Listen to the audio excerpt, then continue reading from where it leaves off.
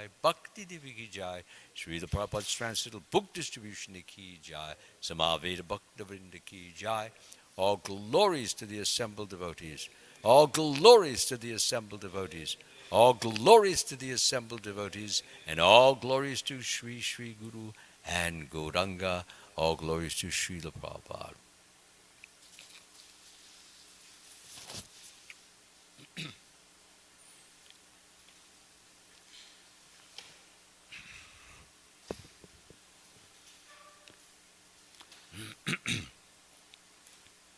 Om Namo Bhagavate Vasudevaya.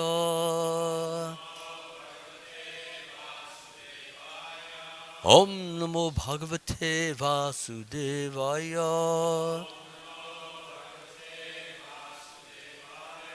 Om Namo Bhagavate Vasudevaya.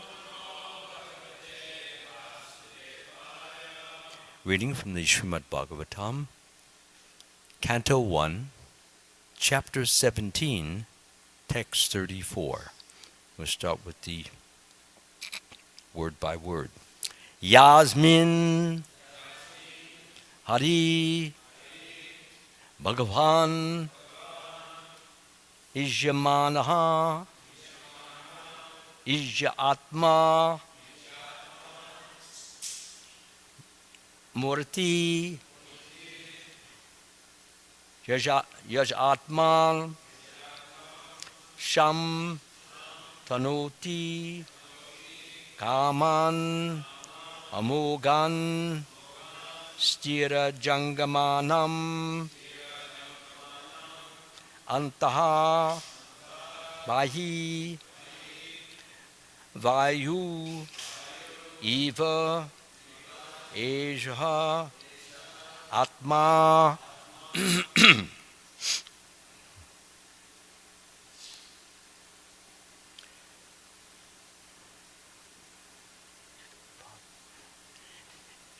Yasmin Harir Bhagavan Nijamana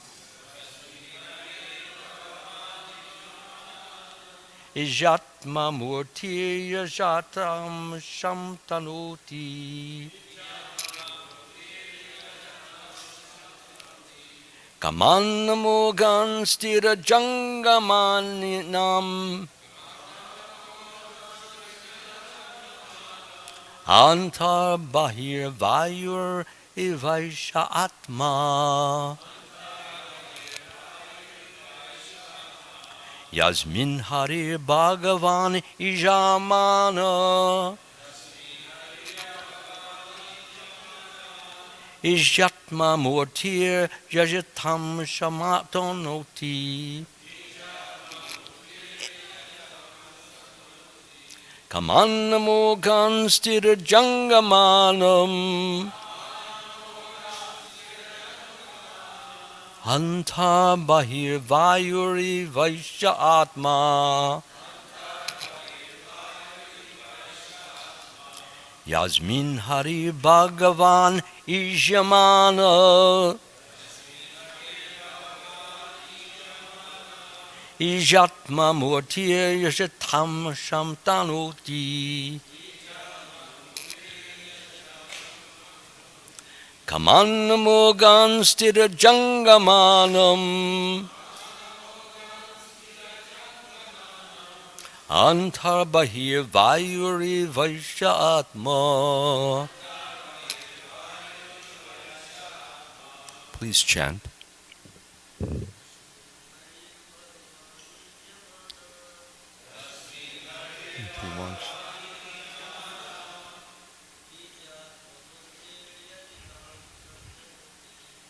Jatma Murti Rajatha Samhanoti Kamannamogan Stira Jangamanam Anta Bahir Vayur Ivaisha Atma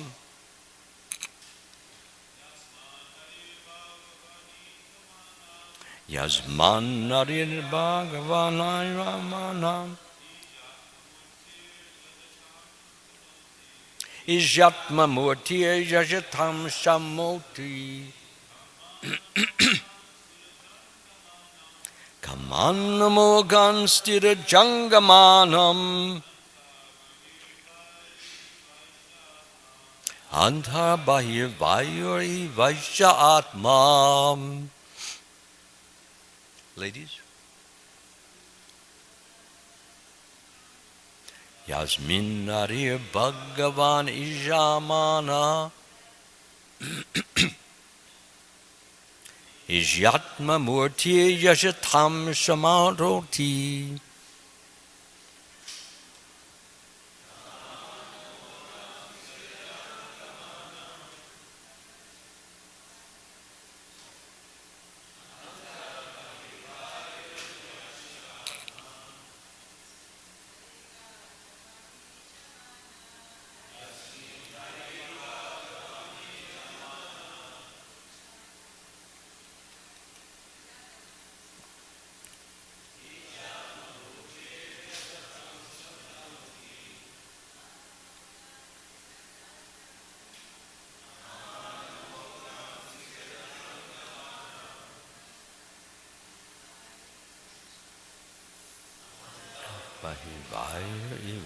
Atma. No one else? None of the ladies? No? Any more men? No? Yasmin Harir Bhagavan Ijamana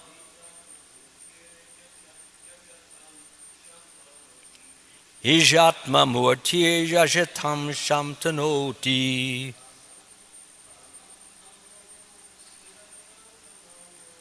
Kamanamo Stira Jangamanam Anta Bahir Vayur Vaisha Atma. Anyone else? Huh? Okay. Synonyms. Yasmin in such sacrificial ceremonies. Hari the Supreme Lord. Bhagavan, the personality of Godhead. Ijamanaha, worshipped. Oh, I'm sorry, I missed the word being. Being worshipped. Ija Atma, the soul of all worshipable deities. Murti, in the forms. Yajatma, again, Yajatam, those who worship. Sham, welfare. Tanoti, spreads. Kaman, desires. Amogan, inviolable. Stira Jangamanam, of all the moving and non-moving. Antaha, within. Vahi, outside. Vayu, air. Iva, like. Eshaha, of all of them. Atma, spirit soul. Translation, purport by His Divine Grace, Srila Prabhupada Ki. Translation. In all sacrificial ceremonies, although sometimes a demigod is worshipped, the Supreme Lord Personality of Godhead is worshipped because He is the supersoul of everyone and exists both inside and outside like the air. Thus it is He only who awards all welfare to the worshipper. Please follow after me. In all sacrificial ceremonies, although sometimes a demigod is worshipped, the Supreme Lord, Personality of Godhead, is worshipped because He is the supersoul of everyone and exists both inside and outside like the air. Thus it is he only who awards all welfare to the worshipper.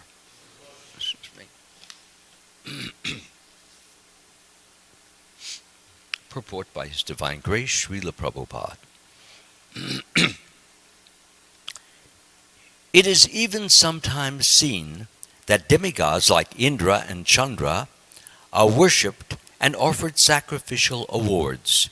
Yet the rewards of all such sacrifices are awarded to the worshipper by the Supreme Lord. And it is the Lord only who can offer all welfare to the worshipper.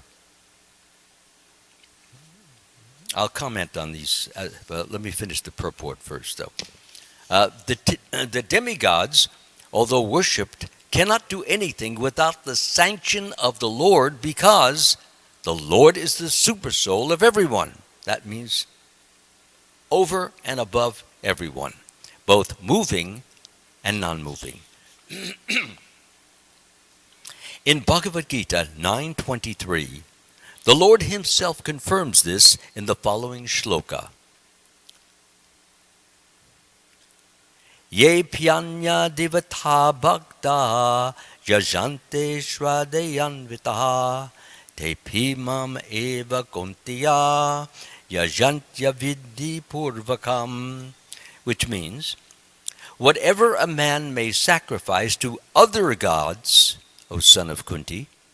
We all know who Kunti is? You go like this or like this. Everybody knows who Kunti is, right? Yeah? Sure. Who's Kunti? What is her position? What is her relationship? Go ahead. I can't hear. The mother of what? Yes, thank you very much. Yeah, so Kunti is the mother of the Pandavas, but not 5 Pandavas, 3 of them. Okay? Who's the mother of the other 2 Pandavas? What is it? Madri, yes, thank you so much. So, now, whatever a man may, this is the meaning, whatever a man may sacrifice to other gods, O son of Kunti, is really meant for me alone. But it is offered without true understanding. This is going on all over the world. People think that the demigods, they have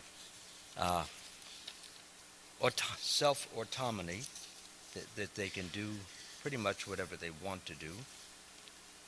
But this is considered offensive. Every morning, the second offense to the Lord is to consider the names of the demigods, like Lord Shiva, Lord Brahma, to be equal to or independent of the names of Lord Vishnu. So that's an offense. We need to understand that everything comes under the direction, the power of the Supreme Personality of Godhead. No one is above Him, no one is greater than Him, no one is equal to Him, and therefore He must be looked up to as supreme and independent, and none of the other demigods can be considered as operating or acting independently. Cannot be done, is not done. Getting back to the purport. And it is the Lord, I just changed my pages, so please forgive me. Yes. The fact is that the Supreme Lord is one without a second.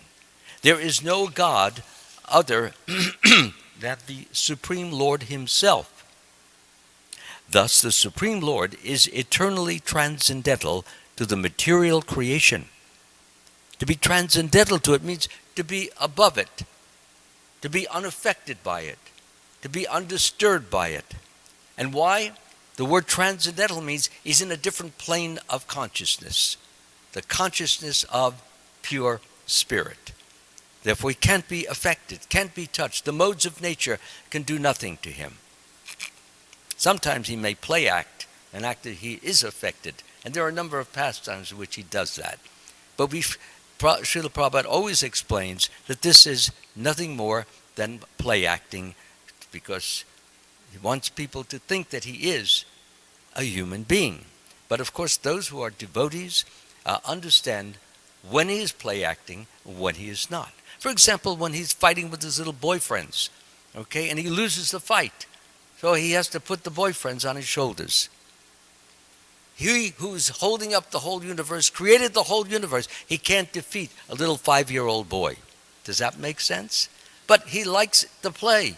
It's fun, it's enjoyable, and he's very much into it, especially in Goloka Vrindavan. But there are many who worship the demigods like the sun, the moon, and Indra, who are only material representatives of the Supreme Lord. These demigods are indirect qualitative representations of the Supreme Lord. Again, these demigods are indirect qualitative representations of the Supreme Lord. So they bear some of the power, some of the greatness, which he himself, the Supreme Lord, gives them, bestows upon them. And if they remember that, then they act in their positions in a very useful, very beneficial, and helpful way. But if they don't remember that, and they begin to think they are all in all, that they are independent, they can do what they want, problems arise. And I'll get into that in just a few moments. I would like to finish the purport first, though. A learned scholar or devotee, however, knows who is who. Therefore, he directly worships the Supreme Lord and is not diverted by the material, qualitative representations. Those who are not so learned worship such qualitative, material representations. But their worship is unceremonious because it is irregular. They have the wrong understanding. That's basically what is meant.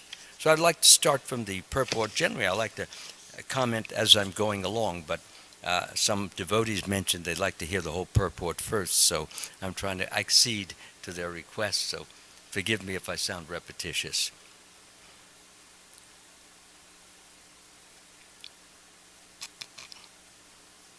Yes, as the first sentence of the purport mentions, it's sometimes seen that the demigods like Indra and Chandra, we all know who Indra and Chandra are. If you do not know, raise your hand. Everybody knows, right? Okay, great. Okay, who is Indra? What is his position? He's a what? King. What else does he do? Yes, wonderful, exactly. And what about Chandra? How about on this side of the room? He's the what? Yeah, he's the moon god. Yeah, okay. And are worshipped, and the reason I'm asking this is because I went through many years of classes in which speakers never defined what these words meant. And I was too lazy to look them up myself. So I don't want that to happen to anyone. It's amazing how many things I learned in the last 5 years, which I should have learned 40 years ago. But that's just the way it went. So feeling sorry for everybody else here, I want to make sure that everybody understands all the words here. It's really important for the understanding of the purport. Chandra. It is even sometimes seen that demigods like Indra and Chandra are worshipped and offered sacrificial awards. Yet the rewards of all such sacrifices are awarded to the worshipper by the Supreme Lord. And it is the Lord only who can offer all welfare to the worshipper. Because many people, especially in India, you'll find that people worship not only in India, but even in the United States where there are Hindu temples, you'll find murtis of Durga and Ganesha and Shiva and a number of these different, which are not the Supreme Lord. Nonetheless, people worship them as if they were the Supreme Lord. And this is what Srila Prabhupada is battering over and over again. And he's saying, even in this one purport, they are not the Supreme Lord. And they should not be seen as independent of the Supreme Lord. They are dependent upon the Supreme Lord, And they can do nothing without the approval, without the sanction, without the okay of the Supreme Lord. Sometimes it may be that the Supreme Lord gives them some automatic approval and says, you don't have to ask me about this because this is what I want. And therefore, somebody comes and asks for certain things, and the demigod may give it immediately because Krishna has already given the approval for something. This can happen in any managerial situation. But basically, essentially, the rule is Krishna has to approve it. And it is the Lord only who can offer all welfare to the worshipper. The demigods, although worshipped, cannot do anything without the sanction of the Lord, because the Lord is the super soul of everyone. That means he's all powerful. No one is above him. No one is greater than him. No one is equal to him. He is all in all. Unlike the demigods, they are not all in all. They are as all as the Lord allows them to be. If they, Indra, for example, he can create the rain, not because he went to some school to learn how to make rain. He didn't do that. The only school he went to is a school of worship, of devotion, of love and dedication. And Krishna says, yes, okay, you've earned it, you've won it. Now I give you the secret how to make rain. Okay? But Krishna can take that away. He can also reduce him to just an ordinary human being, and Indra has had those unfortunate circumstances occur. So he cannot do anything, and this is so important for all of us. Every moment, for example, we're sitting here, the ceiling is not falling down. It's not falling down because Krishna is keeping it up. But in some other place in the world, a ceiling is falling down. And other places of the world, you'll find that there are mountains falling down. In other places of the world, you'll find that there are big waves going up 30, 40, 50 feet in the air and coming down, smashing people. So this is all the doing of Krishna. Some people are getting pleasing or pleasurable sensations as a result of the good things that they have done, or as a result, of course, of what Krishna wants to give the devotees so that they can go on with their devotional service. I mean, if you get knocked down on the head by that ceiling, it's going to be difficult to chant your rounds the next day. You might have a concussion or something like that. But if we take these things for granted, that may happen. And Krishna doesn't want us to take anything for granted. He wants us to always remember what Prabhupada is telling us here, that Krishna is the one who is responsible for all of our well-being, for all the good things that are happening to us, and also the bad things that are happening. He punishes us, and he also embraces us. He does both according to the need, according to what we have earned. So, therefore, we must keep always Krishna in the center of our life. We walk across the street, and we don't get hit by a car. That's Krishna's mercy. Somebody else in another part of the city walks across the street, and he's looking both ways, but somehow or other, his mind goes into a drift, and he gets bumped by a car. Krishna's mercy. How could it be mercy? Well, he's just learned that be good, be careful, be kind, be moral, be understanding, be loving. And that's not going to happen to you because that's your punishment for what you did 3 weeks ago. So Krishna, he gives that. And what happens, I know in my own personal experience, as the more pain that Krishna gave me, that was the greatest of my gurus.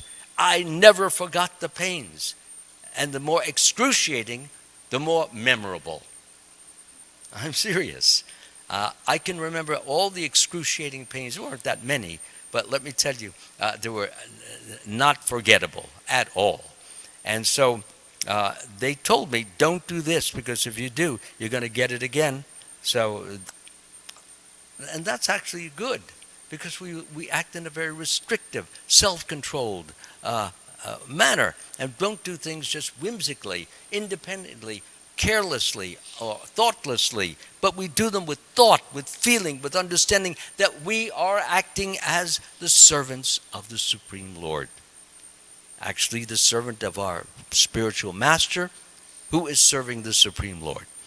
So when we understand that, then we tiptoe. We don't just run into something like a wild person. Tiptoeing means being careful. And being very arrogant and thinking that nothing can bother me, nothing can hurt me, nothing can disturb me, because never does, until finally Krishna says this person, he is too sure of himself. And because he's so sure, because he thinks he's a Lord, and because he thinks he's a Lord, I will show him who the real Lord is. We'll get to that in just a moment, a very good example in our scriptures. So, in Bhagavad Gita 9:23, the Lord himself confirms this in the following shloka. I'll just do the English on that. Whatever a man may sacrifice to other gods, O son of Kunti, is really meant for me alone. Why is it meant for Krishna alone? Anybody want to raise their hand and say why it's meant for Krishna alone? Any ladies? Yes, go ahead. And say loud. Come on. And we don't have the mic, so I'm going to convey it. Go ahead. He's the source of everything. Yeah, what'd you say? Yes, we got that. Everything what? Everything, yes, everything is in his possession. He owns everything. Nobody can take anything away from him unless he wants to allow it to be taken away. He is in control, as we call him, the supreme controller. And therefore, for that reason, it is offered, as it says, whatever a man may sacrifice to other gods, O son of Kunti, is really meant for me alone. Because, as you just said, he's the owner, he's the knower, he's the controller. And therefore, everything should go to him. And then if he wants, for example, food, you prepare the food and make it as nice as possibly can. And then we cover it, offer it to the Lord, and say some prayers to the Lord as we do. And we beg the Lord to please kindly accept this offering. We should not assume that he's going to accept it. If it's not offered, as Krishna said, with love and devotion, as he says, whatever one offers with me in love and devotion, a leaf, a flower, fruit, or water, I will accept it. But if you take out the love and devotion, he's not saying that he's going to accept it. He may acknowledge that you've done that, but he doesn't need food.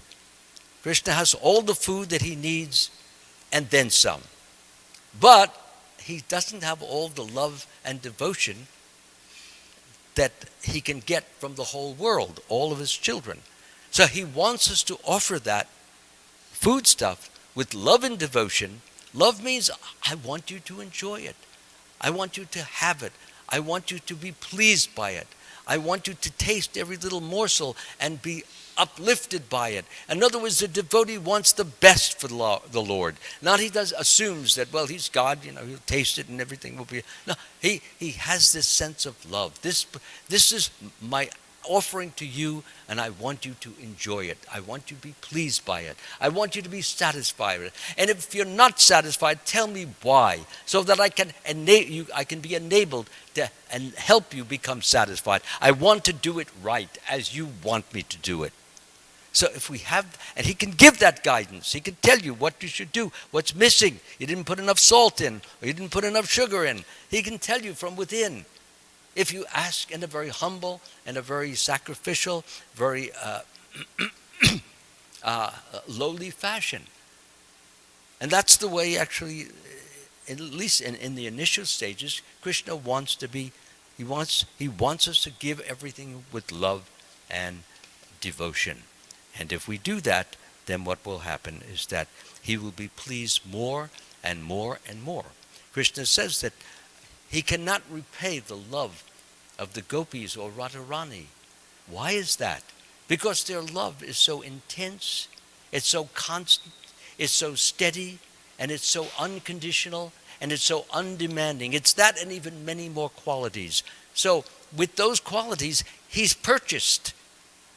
Nobody can purchase Krishna with the billions and trillions because he's the owner. He's the most wealthy, so nobody can purchase.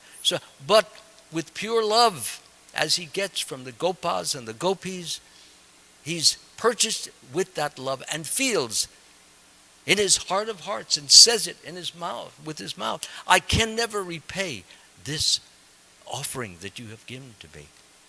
You will just have to be satisfied with your own humble activities, your own devotional activities. Of course, through those devotional activities, he, sitting in the heart of all of these persons, he enables these devotees to feel an intensity of bliss and peace and strength and love and all of these wonderful qualities.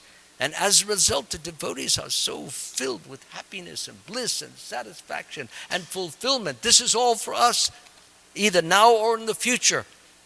But he's saying that it's too much for me to repay. So what does he give? He gives himself. Krishna says, as they surrender unto me, I reward them accordingly, and the reward is himself. And what does that mean, himself? It means his qualities, his goodness, his sweetness, his love, his affection, his dedication, his strength, his guidance, his knowledge. This is all of Krishna, and he leaks it into our heart, and we then suddenly find ourselves knowing certain things that we did not know yesterday, or feeling certain feelings that we did not have yesterday. This is the mercy of Krishna. And that mercy, as I said just a few moments ago, it cannot be purchased, but it can be had by having the association of pure souls like Srila Prabhupada. And that's why everyone, like moths, was attracted to his guiding light. And we are all ready to sacrifice our life just the way a moth goes into the light and gets killed. The devotees, they never considered getting killed. They considered getting alive. Yeah, when you give yourself to Krishna, when you give yourself to the Supreme Lord, you don't lose anything. We gain something. And in gaining that something, what happens is that we benefit. And when we benefit and we feel uplifted, we feel strengthened, we feel blissful and joyful, we want to share that with others. That's a natural feeling. And in sharing it with others, people see that, well, you're such a nice person, such a friendly person, such a good person.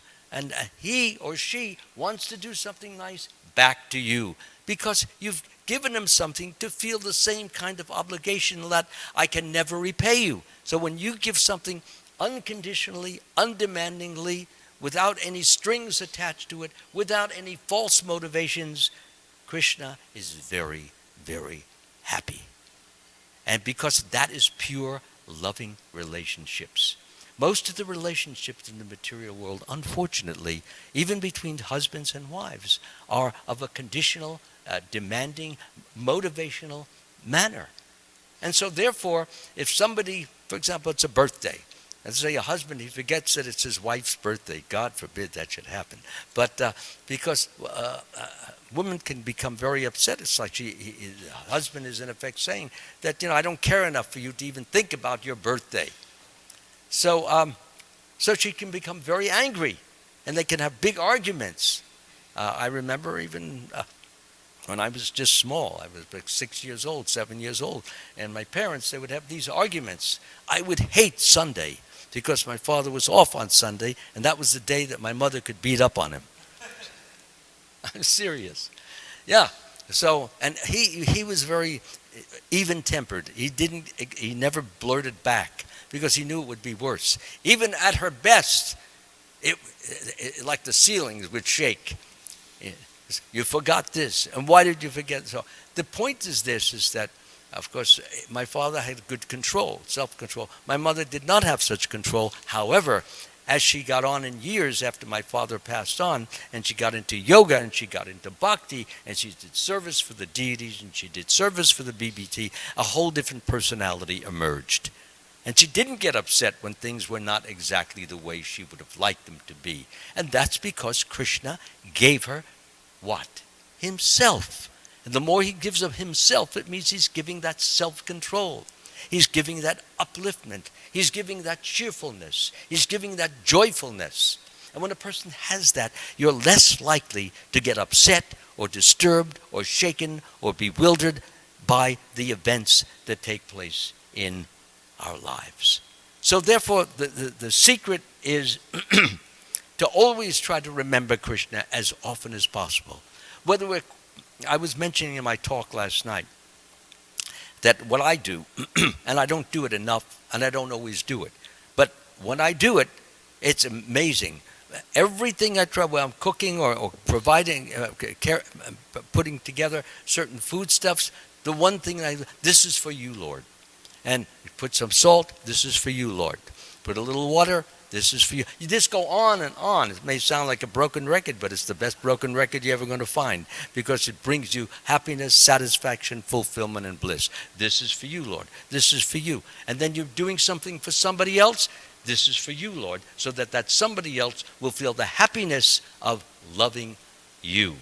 And that's what we are here for, to inspire people, to inspire each other, to love Krishna more and more and more. Why am I talking today? What's the purpose? To simply give you some information, like encyclopedia? No, it has one purpose: to inspire devotees to want to serve Krishna more, love Krishna more, surrender to Krishna more, submit to Krishna more, and to give all to Krishna. If we do that, because if someone can feel the confidence of my convictions from my own doings, coming from Srila Prabhupada's mercy, well, then others will do the same, and they will all be extremely happy. Isn't it the goal of a devotee to want to see others happy, to fulfilled and satisfied and uplifted? Of course it is. And when you see another devotee so satisfied, then it gives us happy. For example, when I do some serving out over in the prasadam, that's not just, because I'm a sannyasi, I'm trying to put on a show of humility. It has nothing to do with that. It's my saving grace. It gives me the opportunity to serve devotees, and I know Krishna likes that.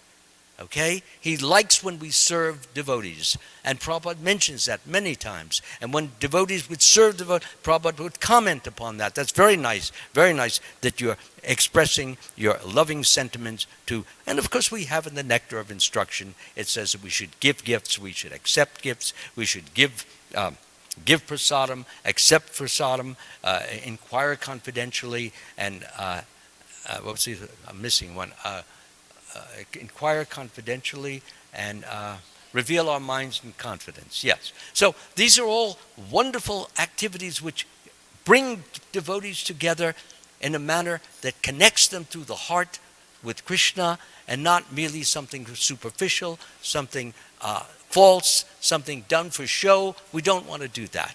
Okay? We should do it with our whole heart, our whole being, and all our senses, and all of our mind, and all of the power that Krishna has so mercifully and kindly given us. So I want to thank you all very much for listening. It's a pleasure to share this with you.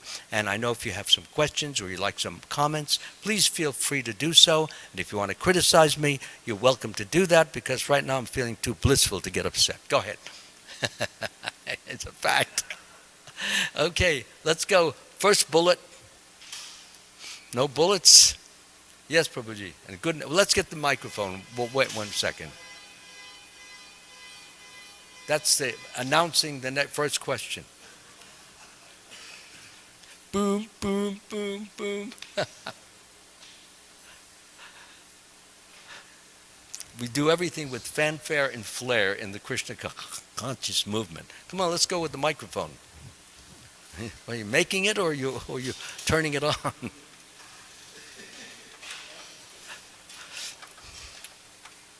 This should be done in advance, okay? That's what devotional service is. Nobody should be waiting here. The Prabhupada has that. He mentions when you think in advance for something, this is good. When a person just has to wait, this is mode of ignorance.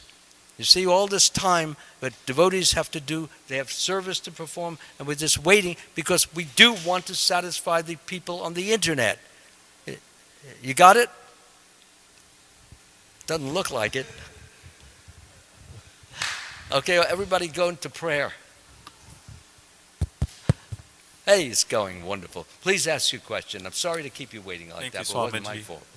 Hare Krishna. Yes, go ahead. So are there I was wondering about the demigods, like Yeah. how they're like kind of the managerial section of the material world. Like they're managers of the material Yeah. world for Krishna, but like they can still be cursed by other beings. Like Indra was cursed to Cursed by be a whom? pig. Indra was cursed to be a pig by like another, like a Deva Rishi, I believe. I'm not understanding what you're saying. They can be Indra, cursed by, and I missed you after that. Indra was cursed by a Deva Rishi or like a sage to become a pig. I remember. So are there beings more powerful than demigods? No, Even though it they're doesn't have to. The managers. question is not more powerful. The question really is the demigod acting in a way which goes against the principles that the Lord has set up, the Dharma.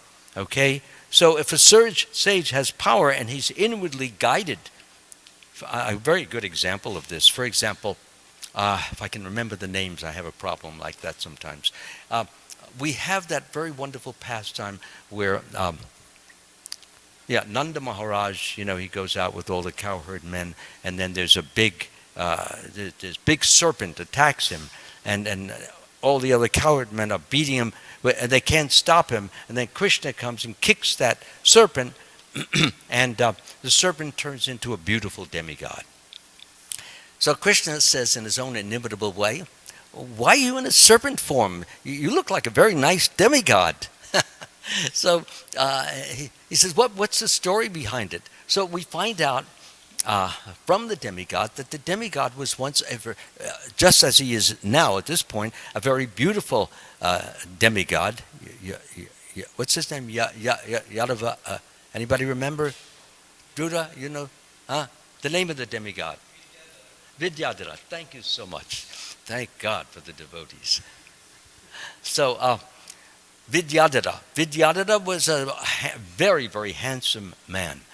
He was beautiful not only to women, but to even men could see the beauty of his features, just like Krishna is a male. But male can admire the beauty of Krishna's eyes, his smile, his voice rolling like thunder, So all that kind of stuff. It's right in the Bhagavatam. So everybody can really appreciate the beauty of Krishna's hands, Krishna's, his eyes, his smile, all of these things. So, what was I talking about? I forgot. I'm sorry, but I got caught up with Krishna's beauty, so you can't fault me with that. But it's a fact. It's a fact. We had, remember in 1951, we had a Mr. America. And Mr. America, do you remember Steve Reeves?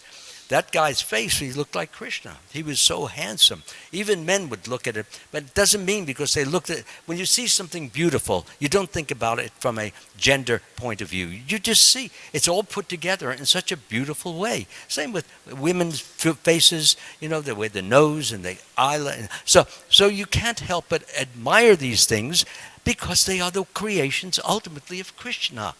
And Krishna is the source of all beauty. So is it any wonder that there is beauty in this world when Krishna is the source of it? Of course. So therefore we have this. So getting back to the story. So what happened was that I said Yadava. What was the first part of it? Huh? Vidyadhara. Yeah, Vidyadhara. Okay, so what happened is he explains to Krishna, of course Krishna already knows, but he's asked that question, and he said, well, I was a very handsome, truly beautiful, rugged-looking, great back, great body, good pecs, good abs, the whole bit, everything. So he says, when I walked past women, they just practically threw themselves at them. So I was very proud. I was very puffed up. I was very aristocratic. Oh, I thought you were going to throw something at me. I mean, the way you had that martial stance coming towards me, you got me scared. So just take it easy on me. I'm a very dainty, not demigod either.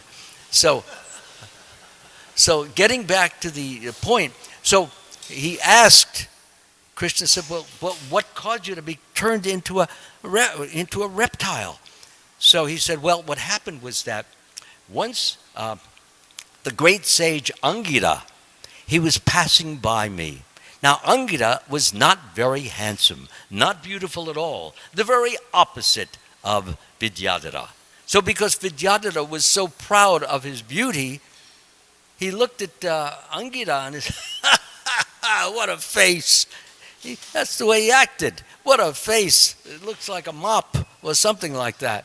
So Angira, he didn't take it personally, but he felt that this demigod needed to be addressed. He needed to be cautioned and he needed to be corrected. So that's why sometimes a person in that situation will be corrected. And there, based on your question, Angira was a sage, and Vidyadhara was a demigod. But the Angira had the power to correct as an instrument of Krishna, giving this person the righteousness that he should have. So therefore he got the fruit, and he found out it wasn't very tasty. Okay? Any other questions? Mataji, you want to make a comment? Huh? Krishna is absolute, supreme. Everything is coming from Krishna. Krishna is supreme, absolute. All story should do. Everything is generated from him. So if we can worship Krishna, can achieve with giving him Navamuchi and Krishna. All these things will not come automatically. Yeah. That is Maya. So Krishna said, Arjuna asked Krishna to how to cross Maya. Okay, you're scheduled for tomorrow's class. Thank you very much. Hare Krishna. Okay, no, seriously. You said what I said, but I don't mind hearing it over and over again. Yeah, okay. Now, we're getting late. 8:30 now. I can hear the stomachs growling. And it's at me. So, is there any last quick point that I can help make? Well, thanks so much. It's been a pleasure, a privilege, and a joy, especially with all these jokes that you inspired me with.